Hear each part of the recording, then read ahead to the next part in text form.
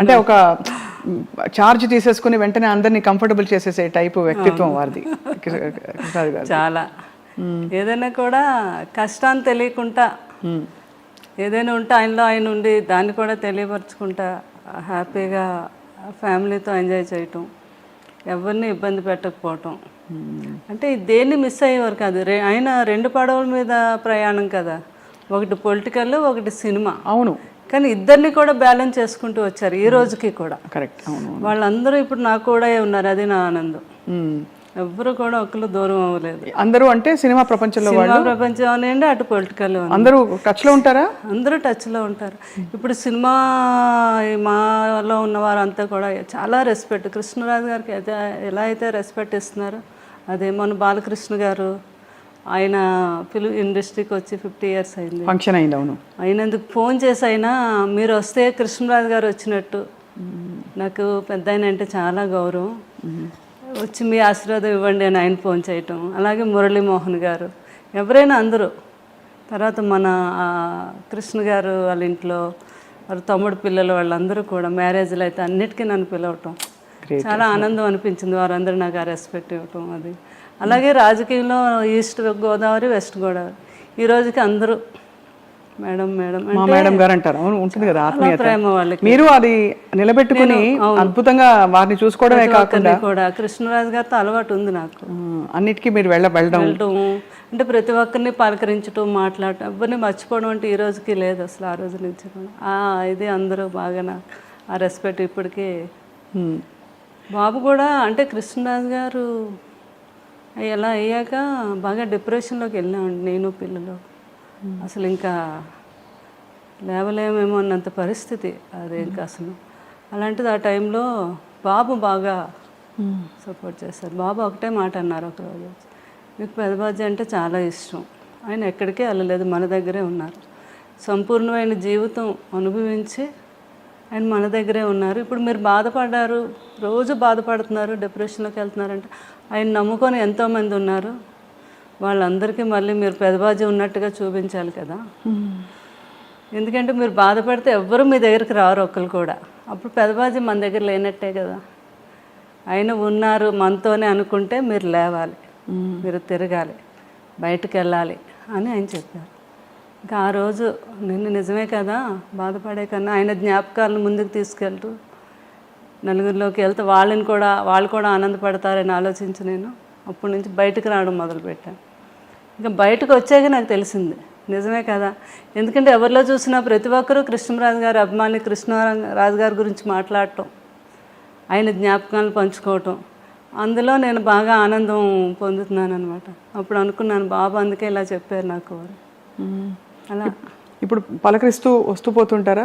అందరూ వస్తున్నారు ఇప్పుడు, అందరూ ప్రతి ఫంక్షన్కి పిలుస్తున్నారు, నేను కూడా వెళ్తున్నాను. పిల్లలు కూడా అదే అన్నారు, మీరు సంతోషంగా ఉంటే మేము కూడా సంతోషంగా ఉంటాము, ఆ జ్ఞాపకాలతో జ్ఞాపకాలతో మనం బ్రతకాలి కానీ డిప్రెషన్కి వెళ్ళకూడదు అని చెప్పడంతో ఏమైనా నిన్న కృష్ణుడు గారని ఇక్కడ జరీవరం అని ఒక షాపు తెలుసుగా, దానికి వెళ్ళాను ఓపెనింగ్. మీరు వెళ్ళారు కదా, నేను కూడా వచ్చాను. మీరు తర్వాత వచ్చారా? తర్వాత వచ్చాను. అయ్యో, నేను విజయ్ గారు మేము కలిసి వచ్చాము, చీర కొన్నాను. ఓకే, జరీవరం. కృష్ణరాజు గారికి అందరికీ ఏంటంటే నేను కృష్ణరాజు గారు అలవాటు అనమాట, వచ్చి మా దీవెనలు తీసుకొని వెళ్ళటం, వాళ్ళకి మంచి జరగాలనుకోవటం, అలా అందరికీ ఒక నోటెడ్ అయ్యింది. కృష్ణరాజు గారు దీవిస్తే మంచి జరుగుద్దని ఎలా ఉందో అలాగే మేడం కూడా మంచి మనసుతో దీవిస్తారు, మనకు బాగుంటుంది అని పాపం వాళ్ళు మంచితనంతో అనుకోవడం అది.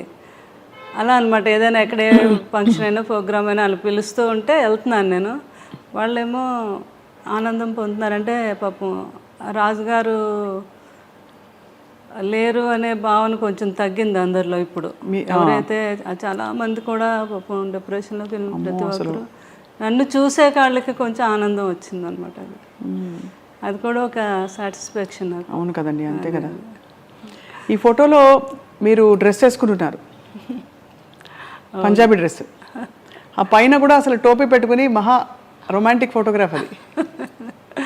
అది మా సినిమా రాధేశ్యామ్కి అక్కడ జరిగిందండి, యూరోప్లో జరిగింది. అవును, ఎక్కువ షూటింగ్ రాధేశ్యామ్ చూశాను, థియేటర్కి వెళ్ళి చూశాను. చూశారు? ప్రభాస్ గారి సినిమా ఎలా మిస్ అవుతాము. అక్కడికి నేను కృష్ణరాజు గారు వెళ్తే బాబుకంతా అలా ఇష్టం అండి. అయినా ఇక్కడ మాకు వాళ్ళ పెదనాన్నగారికి ఆ ఫోటో షూట్ అది చేయించారు అనమాట. చాలా చాలా క్యూట్ ఫోటోగ్రాఫ్ అది. అవునండి. ఏ రోజు కూడా కృష్ణరాజు గారు అంత చెట్టంత మనిషి, నిజంగానే కొండంత అండ. ఆయన చూడడానికి అలా టీవీగా అలా ఉంటారు, ఆయన వైఖరిలో కూడా ఒక పెద్దరికం కనిపిస్తుంది. ఎప్పుడు ఆయన బాధపడిన సందర్భాలు ఉండుంటాయి సార్. సున్నితత్వం కూడా కనిపిస్తుంది. సున్నితత్వం కూడా ఎప్పుడైనా రాజకీయాల్లో కానీ సినిమాల్లో కానీ ఆయన కష్టం బాధపడిన సందర్భం ఉంటుందా శ్యామల గారు?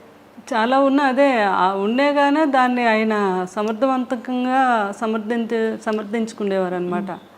ఆయన బాధపడే సందర్భాలు ఎక్కువగా తలుచుకొని, అంటే వాళ్ళ ఫాదర్ అంటే ఫాదరు అంటే విపరీతమైన ప్రేమ అండి. అంటే నేను వచ్చేసరికి వారు ఉన్నారు, వాళ్ళిద్దరిని చిన్నపిల్లలు చూసినట్టు చూసేవారు అనమాట. ఆ ఏజ్ వచ్చాక పెద్దవారు చిన్నపిల్లలతో సమానం అని చెప్పేవారు. వాళ్ళు ఏమైనా అన్నా కూడా మనం అనకూడదు, చిన్నపిల్లలు ఎలాగైతే ఉంటారో వాళ్ళు అలాగే ఉంటారు అని. ఆ ఫాదరు పోయినప్పుడు ఆయన పడే బాధ నేను జీవితంలో ఎప్పుడు చూడలేదండి. ఇప్పుడే ఫస్ట్ టైం ఎంపీ అయ్యారు ఆయన. అయ్యాకే వాళ్ళ ఫాదరు చనిపోవడం జరిగింది. అప్పుడు చాలా టైం పట్టింది ఆయన. తర్వాత ఫాదర్ ఎంత ఇష్టమో వారి బ్రదర్ అన్న అంతే ప్రేమ అండి. సూర్యనారాయణ రాజు గారు, ప్రభాస్ గారు ఫాదర్. అప్పుడైతే అండి అసలు ఎవరికి తెలియదు, రూమ్లో ఇలా తెలియగానే అలా కుప్పకూలిపోయారు అనమాట మనిషి ఆ రూమ్లో. పిల్లలందరూ దగ్గర ఉండి నేను సముదాయించి, మీరు ఎలా అయితే బాబాల్ని మీరు వాళ్ళకి మళ్ళీ ఇప్పుడు మీరే అండదండలు కదా అవన్నీ చెప్తే అప్పుడు ఒక కొంత పోయాక అప్పుడు తెచ్చుకొని స్టామినా, అవును కరెక్టే, అది ఆ పిల్లల్ని చూడాలి కదా అని. తర్వాత ఉన్నవన్నీ ఆయనకి అసలు ఏదైనా నథింగ్, కష్టం అండి. ఇండస్ట్రీ రెబల్ అంతే కదా. ఇండస్ట్రీలో సినిమా పరిశ్రమలో ఆయన బెస్ట్ ఫ్రెండ్స్ ఎవరు కృష్ణరాజు గారికి? కృష్ణ గారు అంటే చాలా ఇష్టం. వాడిద్దరు కాంబినేషన్ అసలు ఎంత ఇష్టం అంటే కోవిడ్ టైంలో కూడా ఇంట్లో ఇద్దరు ఫోన్ చేసుకుండేవారు. ఏం కృష్ణ నీకేం కావాలి, మంచిగా చేపల పులుసు అవన్నీ పంపించినా నేనంటే అవన్నీ పంపించు కృష్ణరాజు, నువ్వు కూడా రావాలి మా ఇంటికి భోజనం అని ఆయన ఫోన్ చేయటం. చాలా ఇదిగా మాట్లాడుకునేవారు. విజయ నిర్మల్ గారు చాలా ఇష్టం అండి కృష్ణ గారు అంటే. శోభన్ బాబు గారు అంటే చాలా. అప్పుడు ఒకరండి శోభన్ బాబు గారు పోయారు అని కృష్ణరాజు గారు ఢిల్లీ ఎక్కడికో వెళ్ళి వస్తున్నారు, ఎయిర్పోర్ట్లో తెలిసింది ఆయనకి. నేను అప్పుడు ఆ రోజు వెళ్ళలేదు, నేను ఇంటి దగ్గర ఉన్నాను. అక్కడ విలేకరులందరూ పరిగెట్టి కృష్ణరాజు గారు వస్తున్నారని తెలిసి ఇలా శోభన్ బాబు గారు ఇలా అంటే ఇంకా అంతే అండి, ఆయన ఇంకా షాక్కి వెళ్ళిపోయారు. అంటే ఎవరు ఊహించినది కదా శోభన్ బాబు గారు. అప్పుడు ఒకరు చాలా ఇష్టం శోభన్ బాబు గారు అంటే. ఎవ్రీ ఇయర్ జనవరి 20 కృష్ణరాజు గారు బర్త్డే. అప్పుడు శోభన్ బాబు గారి బర్త్డే కూడా సంథింగ్ అదే టైం జనవరిలోనే. ఆయనకు బాగా గుర్తు, జనవరి 14th 15th ఏదో ఆ టైంలో ఫోన్ చేసేవారు కంపల్సరిగా కృష్ణరాజు గారు. ఒకసారి నాకు కూడా ఇచ్చారు శోభన్ బాబు గారితో వాడితో ఇద్దరు ఒరేవారు అనుకునేవారు. శోభన్ బాబు గారు, అమ్మ వాడికి పిల్లలంటే చాలా పిచ్చమ్మ అంటున్నారు నాతో, కృష్ణరాజు గారు పిల్లలంటే చాలా ఇష్టం అని. అలా అంతా బాగా తర్వాత మురళీమోహన్ గారు అంటే చాలా ఇష్టం. అందరూ ఆ తరంలో ఒక ఆత్మీయత, ఒక కలుపుగోలుతనం ఉండేది కదండి. అలా అండి అసలు ఇప్పుడు తర్వాత తరంలో కొంచెం మారిపోయాయి, మళ్ళీ అంత ఫ్రెండ్స్ ఎవరు లేరు. అందరూ గిరిగేసుకుని లోపలే ఉంటున్నారు. నిజమే కదా నేను అన్నది? బాగా ఎక్కువ కలిసేవారు. ఏదో ఒక ఫంక్షన్ ఉండేది, ఆ ఫంక్షన్కి పిలిస్తే కంపల్సరిగా అటెండ్ అయ్యేవారు. ఇది ఉండేది. అది ఇప్పుడు చాలా తగ్గిందండి, లేదు. అది అలా ఉంటే బాగుందని అనిపిస్తుంది నాకు. అప్పట్లాగే ఉండాలి ఇప్పుడు తరం వారు అంతా కూడా ఉంటే బాగున్ను అనేసి. మరి అందగాడు సార్ కృష్ణరాజు గారు, మంచి అందమైన నటీమణులతో నటించినప్పుడు మీకు భారీగా ఈర్ష్య పుట్టిందా ఎప్పుడైనా? ఎప్పుడు లేదు. అంటే కృష్ణరాజు గారి సంగతి నాకు తెలుసు కదా, ఆయన ఎట్లాంటి మనిషి ఏంటో అని. నేను కూడా అందరిలాగా ఎంజాయ్ చేసి చూసేదాన్ని. అంతేనా?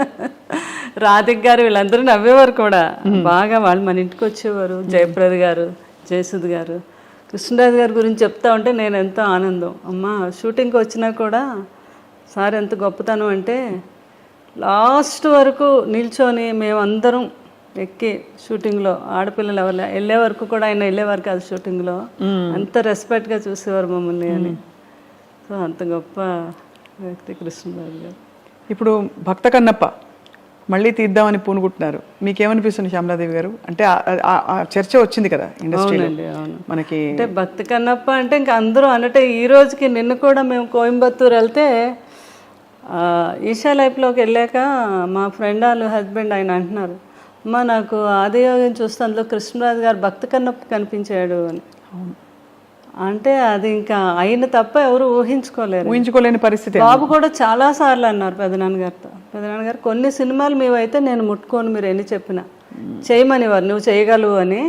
నో, అది only one rebel star Krishnaraju గారు మీరే చేయాలి, భక్తి కన్నప్ప క్యారెక్టర్ అనేది నేను కూడా చేయలేను అని ఎన్నోసార్లు చెప్పడం జరిగింది బాబు. అవును, చాలా సాహసం అవుతుంది. అందుకే అంటే అది ముందుకు కదలలేదని 2-3 సందర్భాల్లో మనోజ్ గారు కూడా అన్నారు వేదిక మీద ముఖ్యంగా. ఎందుకంటే చాలా కష్టమైన ప్రాజెక్ట్ పాత్ర అది. అదే పాటలు, అసలు ఆ భక్తి, ఆ వైభవం, అదే అందరూ మనసులో అలా ఉండిపోయింది. ఆ బాపు రమణల డైలాగులు ఏంటి అసలు, అబ్బాబాబా అది మాటలు కాదు కదా. వాణిశ్రీ గారు, రావు గోపాలరావు గారు అప్పుడు ఆర్టిస్టులు చేయటం అనేది అదొక కళ అనమాట. అది ఎన్టీ రామారావు గారే కృష్ణరాజు గారు తీసుకెళ్ళి మీరు రావాలి తప్పకుండా చూడాలి అంటే చూసి ఇంటర్వ్యూలు మధ్యలో విశ్రాంతి ఇవ్వద్దన్నారంటే కంటిన్యూ చేయండి, నేను ఇంక అసలు కంటిన్యూ చూడాలి ఈ మూవీ అని. లాస్ట్లో చూసి ఏం చేశారు బ్రదర్ అన్నారంట ఒక మాట. అన్నారంట రామారావు గారు. అంతటి గొప్ప చిత్రం అది. ఎన్ని గొప్ప జ్ఞాపకాలు, అన్ని 100 సినిమాలు. ఆ 100 సినిమాలతో పాటు ఆయన చేసిన గొప్ప సేవా కార్యక్రమాలు మీరు అంటుంటే గుర్తుకొచ్చింది. నా దగ్గర ఫోన్లో కూడా ఉంది. ఫస్ట్ ఆయన అప్పుడు దివసీమకి వరదలు వస్తాయండి విజయవాడ, సినిమా ఇండస్ట్రీ నుంచి ఫస్ట్ కదిలో వచ్చింది నేనంటే కృష్ణరాజు గారు. అందరినీ తీసుకెళ్ళి ఆ రోజు చాలా ఫండింగ్ కలెక్ట్ చేసి, ఇక్కడ ఉంది ఫోటో మీరు, ఇందిరాగాంధీ గారు కృష్ణరాజు గారు ఇవ్వటం ఫండింగ్ అప్పుడు దివసీమ అప్పుడు ఫస్ట్ అయినా ఆ రోజుల్లో 1,05,000. అమ్మో, ఆ రోజుల్లో ఇంత పెద్ద అమౌంట్ ఇచ్చి అది అప్పుడు పేపర్ కటింగ్ ఉంది. నిన్న ఎవరో బాబు చేశారని, ఆ రోజుల్లో హైయెస్ట్ అంటే కృష్ణరాజు గారు ఇచ్చారని, ఎవరెవరు ఎంత ఇచ్చారు ఏంటనేది నాకేమో చార్ట్ పంపించారు. అలా సేవా కార్యక్రమాలు అంటే ముందు ఉండేవారు కృష్ణరాజు. ఏదో లారీలు వేసుకెళ్ళిపోయి లారీలు నిండా చీరలు ఇవి అవి పనిచేసేవారు. ఇదొక వైపు. మరోవైపు ప్రభాస్ గారు 1,00,000 మందికి, అవునండి, ఫ్యాన్స్కి భోజనాలు 1,00,000 మందేనండి ఆ రోజు. ఈజీగా అయ్యారండి ఆ రోజు. మాకు అక్కడ భీమవరం ఎన్ని ఊర్లు ఉన్నాయో అన్ని ఊర్లు ఏకమైపోయి మొగల్తూరు ఎక్కడుందో మాకు కనపడలేదు, అంత జనం వచ్చారని. ఇంత జనానికి కూడా అరేంజ్మెంట్ చేయటం, ఎవ్వరికి కొంచెం కూడా ఏమి వాళ్ళకి పడిపోవటం కానీ లేకపోతే ఇంకోటి కానీ జరగకుండా సేఫ్గా ఇంటికి వెళ్ళేటట్టుగా అంత ప్లాన్ చేసి. క్షత్రియ వాళ్ళు కదా? అవునండి, మన క్షత్రియ ప్రసాద్ రాజు గారు. నాన్ వెజ్లో ఎన్ని రకాలు ఉన్నాయి, అన్ని రకాలు. అదే అది అంటే వినికిడి ఇవన్నీ అంటే పెదనాన్న గారికి అలా ఇష్టం కదా, అలాగే పెడితే ఆయన ఇంకా ఆనందంగా ఉంటుంది ఆయన. కానీ బాబు ప్లాన్ చేసి అలాగా చేశారు. అసలు ఈ జరిగిన వెంటనే ప్రభాస్ గారు బాగా అల్లాడిపోయి ఉంటారు కదండి? బాగానండి. అసలు ఆయన చూసి పిల్లల్ని చూసి ఆయన ఆ సిచ్యువేషన్ జీవితంలో ఎప్పుడు వస్తుంది అనే ఊహ కూడా నాకు రాలేదు ఎప్పుడు. ఎందుకనో కృష్ణరాజు గారిని చూస్తే ఆయన మంచి హెల్తీ పర్సన్ కదా, ఆయన అలా వస్తుందని నేను అనుకోలేదు. ఎలా జరిగిందండి చివరిలో? అంటే వాళ్ళ ఫ్యామిలీలో ఉన్న వేరే ప్రాబ్లమ్స్ కాదు కానీ కొంచెం కాఫ్ అండ్ కోల్డ్, న్యూమోనియా అని ఫాదర్కి వచ్చింది, తర్వాత సూర్యనారాయణ గారికి, లాస్ట్లో సేమ్ కృష్ణరాజు గారికి కూడా అదే న్యూమోనియా వచ్చింది. ఏజ్లో జాయిన్ చేసాము, తగ్గింది. ఇంకా శుభ్రంగా ఇంటికి వెళ్ళిపోవాలి అన్నప్పుడు అది మళ్ళీ రీసూట్ అయ్యి దాని మీదేమో హార్ట్ ఫెయిల్యూర్ అయిందంట. ఇంత కష్టం చూసారండి మీరు నిజంగా. అసలు అందులో చిన్న వయసులో మీరు సారే ప్రపంచం మీకు. అంతే అసలు. అంటే నాకు ఎప్పుడు ఆయన అంటే చాలా స్టామినా అండి. ఆయన డాక్టర్లకి వెళ్ళాక డాక్టర్లకి అందరికీ అక్కడ ప్రాణాయామం చెప్పేవారు. ఎప్పుడైనా ఏమైనా కొంచెం కాఫ్ కోల్డ్ వస్తే హాస్పిటల్కి ఎప్పుడైనా వెళ్తే డాక్టర్లు అందరూ నవ్వారు. మా డాక్టర్లందరికీ మీరు డాక్టర్ కృష్ణరాజు గారండి అంటే అంత ధైర్యం అనమాట. మీరు ఏ టెస్ట్లు చేసేనేయండి ఆయన హ్యాపీగా మీరు చేసుకోండి. నేను చాలామందికి ఏంటది ఆ టెస్ట్ అంటే భయం అండి. దాన్ని ఏమంటారు, ఎంఆర్ఐ అంటే చాలా భయం. అలా డాక్టర్లు అనేవారు ఎంఆర్ఐ అంటే చాలా మంది దానిలో పడుకోబెట్టేదా, దానికి మేము ముందు వాళ్ళకి ట్యాబ్లెట్ వేస్తాం సార్. అలాంటిది మీరేంటి ఎంతసేపు అయినా మీరు చేసుకోండి, నేను హ్యాపీగా జ్ఞానంలోకి వెళ్ళిపోతానని చెప్పేవారు ఆయన. ఆ డాక్టర్స్ అందరూ అంటారు అంత మంచి ఆ సోమరాజు గారు వీళ్ళందరికీ కూడా చాలా స్టామినా ఎక్కువ అండి. ఏదైనా మైండ్తో దాన్ని అట్లాంటిది నేను అదే అనుకున్నాను. ఆయనకేంటి నిమోనియా వస్తే తగ్గిపోద్ది, ఆయన తగ్గించేసుకుంటారు అని అనుకున్నాను.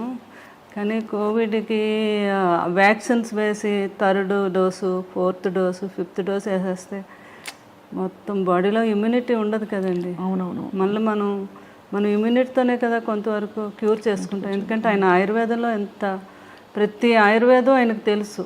ఇంట్లో ఎప్పుడు మెడిసిన్స్ వాడుకుంటూ ఆయుర్వేదమే వాడేవారు ఆయన. తర్వాత ఆయన ఏమో జాండీస్కి కూడా ఎన్నో వేల లక్షల మందికి మందు కూడా ఇచ్చారు కదా. అవునవును. జాండీస్కి మీకు తెలుసు కదా, ఫిల్మ్ ఇండస్ట్రీలో అంతా. అలాగే అనుకున్నాను నేను లాస్ట్ బ్రీత్ వరకు కూడా నాకు కొంచెం కూడా థాట్ రాలేదు అసలు ఇలా జరగచ్చని కదా. జరుగుతుందని అనుకోలేదు. ఎలా ఎవరు చెప్పారో మీకు? ఎంత దారుణం అసలు. అంటే మీ దగ్గరకి బాబు ఇంకా అక్కడే ఉన్నారండి, మాకు కూడా బాబు పిల్లలు అలా పట్టుకొని. అదే నాకు కూడా బాగా భక్తి ఎక్కువ. నేను ఎంత భక్తి, ఆ దేవుడు అసలు అలా చేయడు అలా మనం అనుకుంటాం కదా సహజంగా. అలా జరిగింది అంటే మరి నేను అదే అనుకున్నాను, సంపూర్ణమైన జీవితం బాగుంది అని కృష్ణరాజు గారు అనుకొని వెళ్ళిపోయారేమో, లేకపోతే ఆయన ఎవరు తీసుకెళ్ళలేరు అని అనిపిస్తుంది నాకు ఒక్కొక్కసారి. అవును, అదే ఆయన కూడా అలాగే అనుకున్నారు. నేను ఎప్పుడూ ఒక ఇంటర్వ్యూలో చెప్పారు, ఎప్పుడూ ఈ కృష్ణరాజు హ్యాపీ జీవితం, పిల్లలు, నా భార్య. ఏ మనిషి అయినా ఉన్నాళ్ళైనా ఉండాలని అనుకుంటారు, కానీ ఏ మనిషికైనా చావు తప్పు. కానీ చనిపోయేటప్పుడు ఈ కృష్ణరాజు ఏ తప్పు చేయలేదు అంటూ హ్యాపీగా నా ఫ్యామిలీ మధ్యన అలా హ్యాపీగా కళ్ళు మూయాలి నేను. అదే నా చివరి కోరిక అని ఒకసారి ఏదో ఇంటర్వ్యూలో చెప్పారు. తర్వాత ఎన్ని వేల మందో ఫోన్ చేసి ఆయన అలా అన్నందుకు చాలామంది ఎమోషనల్గా ఫీల్ అయ్యి బాధపడి కూడా ఫోన్ చేశారు. లాస్ట్లో అలాగే అయింది, ఆయన బ్రీత్ అలాగే అయింది. ఎంత గొప్ప చావంట అయింది ఆ రోజు. వర్షం, విపరీతమైన వర్షం. బాడీని తీసుకెళ్ళి అక్కడికి వెళ్ళేసరికండి ఆ స్పాట్లో పెద్ద ఎండ వచ్చి సూర్యుడు అందరూ అలా అటే మీరు వీడియోలు చూడండి, అందరూ అలా ఆకాశంగా చూశారనమాట. పెద్ద సూర్యబింబం అండి. అది అయ్యాకండి ఇంటికి వచ్చి చూస్తే అక్కడ మాకు ఆ 7 days అండి పెద్ద నక్షత్రం స్టార్ అక్కడ. తర్వాత ర్యాంబో వచ్చిందండి. గొప్ప వాళ్ళు పోయినప్పుడే వస్తుందంటారు. అవును అవును. తర్వాత ఆయన సీతాభస్మం మేము కాశీ తీసుకెళ్తే పిల్లలు అందరూ వెళ్ళారు. అక్కడ పూజ చేస్తున్నప్పుడు పెద్ద వర్షం పడిందండి అక్కడ. అప్పుడు ఆయన అడిగారంట, ఎవరు ఇది ఏంటి అంటే ఇలా అని. అసలు నా జీవితంలో ఎవరైనా గొప్ప వాళ్ళకి ఇలాగా ఇక్కడ చేస్తున్నప్పుడే ఆ టైంలో పడుతుంది వర్షం. పడి అండి అక్కడ పెద్ద ర్యాంబో అండి. అబ్బా, ఆ ర్యాంబోని పిల్లలు ఫోటో తీసి, పాప ఏమో ఇక్కడ వీళ్ళు మా పిల్లల చేతి మీద టేటో వేసుకున్నారు. అది అంటే అంత బాబు కూడా అసలు ప్రభాస్ గారు కూడా ఆశ్చర్యపోయారనమాట ఈ సంఘటనలు. అంటే పెదబాజీ అంత గొప్ప వ్యక్తి, అంత గొప్పగా ప్రాణం వెళ్ళింది అనడానికి ఇవన్నీ మనకి చిహ్నాలు అయ్యి అని అది అనమాట భాషలో.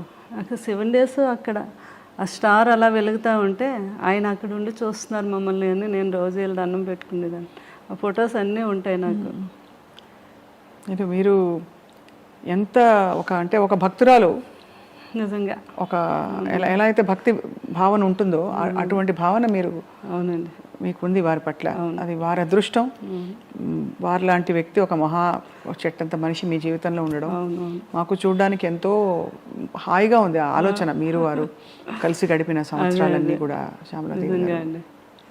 ఈరోజు ప్రతిరోజు ఆయనకి నచ్చిన వంట పులుసు ఏది వండిన ఫుడ్ కొంచెం పట్టుకెళ్ళి ఆయన దగ్గర పెట్టి మొన్న బాబు పులుసు పెదబాజీ పులుసు ఎప్పుడు వండి పంపించేవాళ్ళం కదా మేము బాబుకి.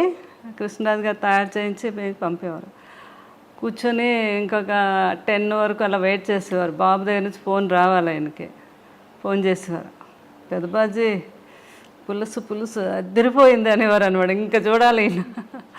ఒకసారి ఇప్పుడు కన్నం బాగా చేశారు అంటే, కన్నం జస్ట్ గరిట కలపడమే, అందులో అన్నీ వేసింది నేనే మీరంటారా? కృష్ణరాజు గారు అవునా? Okay okay. ప్రభాస్ గారు మిమ్మల్ని ఏమని పిలిచేవారు?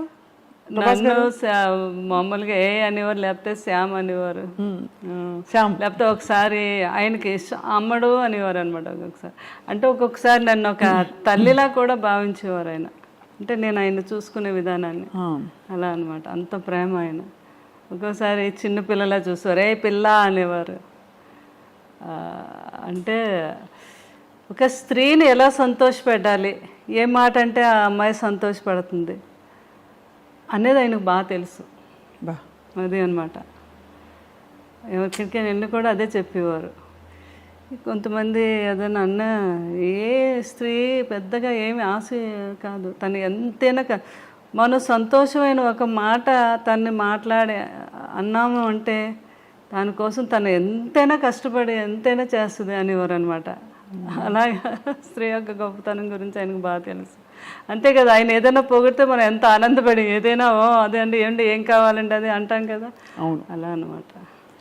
ఏదైనా మంచి శారీ కట్టుకుంటే నేను అడిగేదాన్ని ఎప్పుడైనా, ఏంటి శారీ కట్టుకున్నాను ఎలా ఉంది అంటే, ఆ శారీ కట్టుకోవడం వల్ల ఆ శారీ నువ్వు కట్టుకోవడం వల్ల ఆ శారీకి అందం వచ్చిందని ఎవరన్నమాట. అట్లా పొగట్టులు ఆ రకంగా ఉండేవి ఆయనవి. చాలా హ్యాపీగా ఉండేది. ఈ ప్రభాస్ గారు ఏమని పిలుస్తారు మిమ్మల్ని? నన్ను కన్నమ్మ. పెదబాజీ పెద్దబాజీ అనమాట. మళ్ళీ అలా పిలుస్తారు.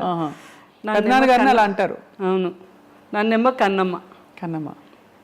కన్నమ్మ పులుసు అదిరింది. ఫోన్ లాక్కనే కన్నమ్మ ఓన్లీ గరిటె పెట్టి కలిపింది, అందులో వేసినవన్నీ నేనే అంటే కృష్ణరాజు నేర్పించింది మీరు, అంటే మీకు అన్ని నేర్పించింది ఆయనే కదా. అవును కదా. అలాగనమాట. మీ అంటే ఇల్లంతా కూడా ఇంకా కృష్ణరాజు గారు మిమ్మల్ని చూస్తుంటే అసలు వారు ఇక్కడే ఉన్నట్టు అనిపిస్తుంది. ఇప్పుడు కూర్చుని వింటున్నారు అన్నట్టు. అంతేనండి. కానీ అక్కడ ఒక నిలువెత్తు విగ్రహం అండి. నేను రాగానే ఉలిక్కి పడిపోయానండి. అసలు మీరు ఎలా అయితే ఉలిక్కి పడ్డారో స్వప్న గారు, ఫస్ట్ టైం ఒక రోజు బాబు నన్ను చూడడానికి ఎప్పుడు ఫోన్ చేస్తారు, ఆ రోజు అనుకోకుండా నేను ఫోన్ ఎత్తలేదు అయింది. ఇలా లోపలికి వచ్చి ఆ విగ్రహం చూడగానే ఒకసారి ఇలా అన్నారనమాట. బాబు లుక్కి పడ్డారు. సేమ్ అట్లాగే ఇప్పుడు ఎవరు వచ్చినా కూడా ఆ స్టాచ్యూ దగ్గర వచ్చి కృష్ణరాజు గారు ఉన్నారు అలా నవ్వుతూ మనల్ని పలకరిస్తున్నారు. ఆ భావన ప్రతి ఒక్కరిలోని. అందుకని ప్రతిరోజు కూడా 2 డేస్కి ఒకసారి ఆ డ్రెస్సులన్నీ కుట్టించాను నేను. ఆయనకి ఇష్టం కదా మంచి బాగా డ్రెస్సింగ్ అంటే చాలా ఇష్టం ఆయన. నేను నవ్వేదాను. చిరిగిపోయిన బట్టలైనా కృష్ణరాజు గారు వేసుకునేవారు, కానీ నలిగితే వేసుకునేవారు కాదు. ఆయనకు అంత ఇష్టం అనమాట. అవన్నీ కుట్టించాను నేను. ఎప్పుడు 2 డేస్కి ఒకసారి డ్రెస్సులన్నీ మారుస్తాను విగ్రహానికి. అవన్నీ ఆయనకి ఆ సూటు అవన్నీ కూడా. ఆయన గురించి జ్ఞాపకాలు మీరు చెప్తున్న కొద్దీ కళ్ళ ముందు కదలాడుతున్నారు. అదే